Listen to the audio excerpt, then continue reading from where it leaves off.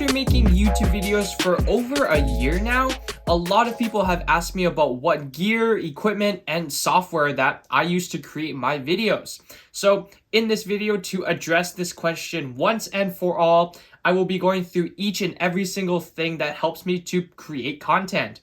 Also, timestamps will be in the description down below if you want to jump around to a specific piece of equipment that you're curious about. And hopefully, most of you will realize that you don't need the fanciest or the most expensive equipment to make good quality videos. In fact, I'm shooting this entire video with my iPhone 13 Pro. First, the camera, probably the thing that I get asked the most about. The camera that I use for 95% of everything that I shoot on this channel is the Canon SL2, an entry-level DSLR that I've had since December of 2018. It shoots 24 megapixel photos and 1080p video. Nothing particularly stands out about it, but honestly, it's just a damn good camera that I can rely on, that's not too complex, and allows me to create the content that I want. In terms of the lenses that I use with my Canon SL2, there are two that I predominantly use. The first is the kit lens that came with the camera, which is the 18-55 f4 to 5.6. This lens I use for all of my A-roll footage and for the B-roll shots that need a wide-angle perspective. The second lens that I use is a very inexpensive 50mm f1.8 lens that I use for close-up B-roll shots and to get that shallow depth of field. And I'm going to give an honorable mention to the iPhones that I've used, the iPhone 7 Plus and the iPhone 13 Pro, both of which I've used during my stress week vlogs for school. Second, the lights, tripod, and audio. The lights that I use are the newer NL660 video lights, which I have two of that my aunt and uncle graciously gifted me, and they have been such a godsend for getting the look that I want with my shots and controlling as many variables as possible. The tripod that I use is one from a brand called Rangers, which I can't seem to find on Amazon for some reason. Well, actually, most of my gear is actually outdated enough that it probably won't be on Amazon. Anyways, my tripod does its job, but I am looking for a new one because A, it's primarily a photo tripod and not really that suited for video. B, it's a bit short. I think it only goes up to about 5 feet in height. And C, one of the legs is quite loose, but it has served me well over the last 3 years. In terms of audio, all of the audio that you're listening to right now is being recorded on the Blue Yeti Nano, which, how convenient, I made a review of quite recently right up there. But I also have a backup shotgun microphone for scratch audio mounted and connected to my camera, which is the Rode Video Micro.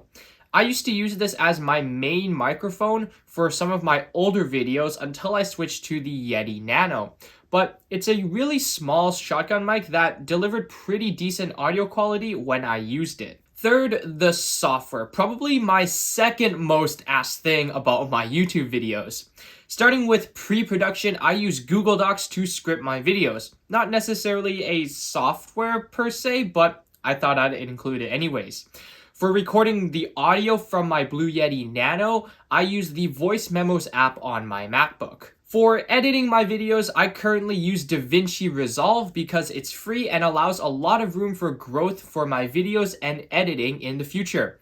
I've only used Resolve to edit about 3 to 4 videos so far, and I'm still scratching the surface of what it can do, but I'm hopeful that I'll be learning a lot more about how to use it in the future. As for editing and making my thumbnails, I use a mix of Photoscape X and Canva.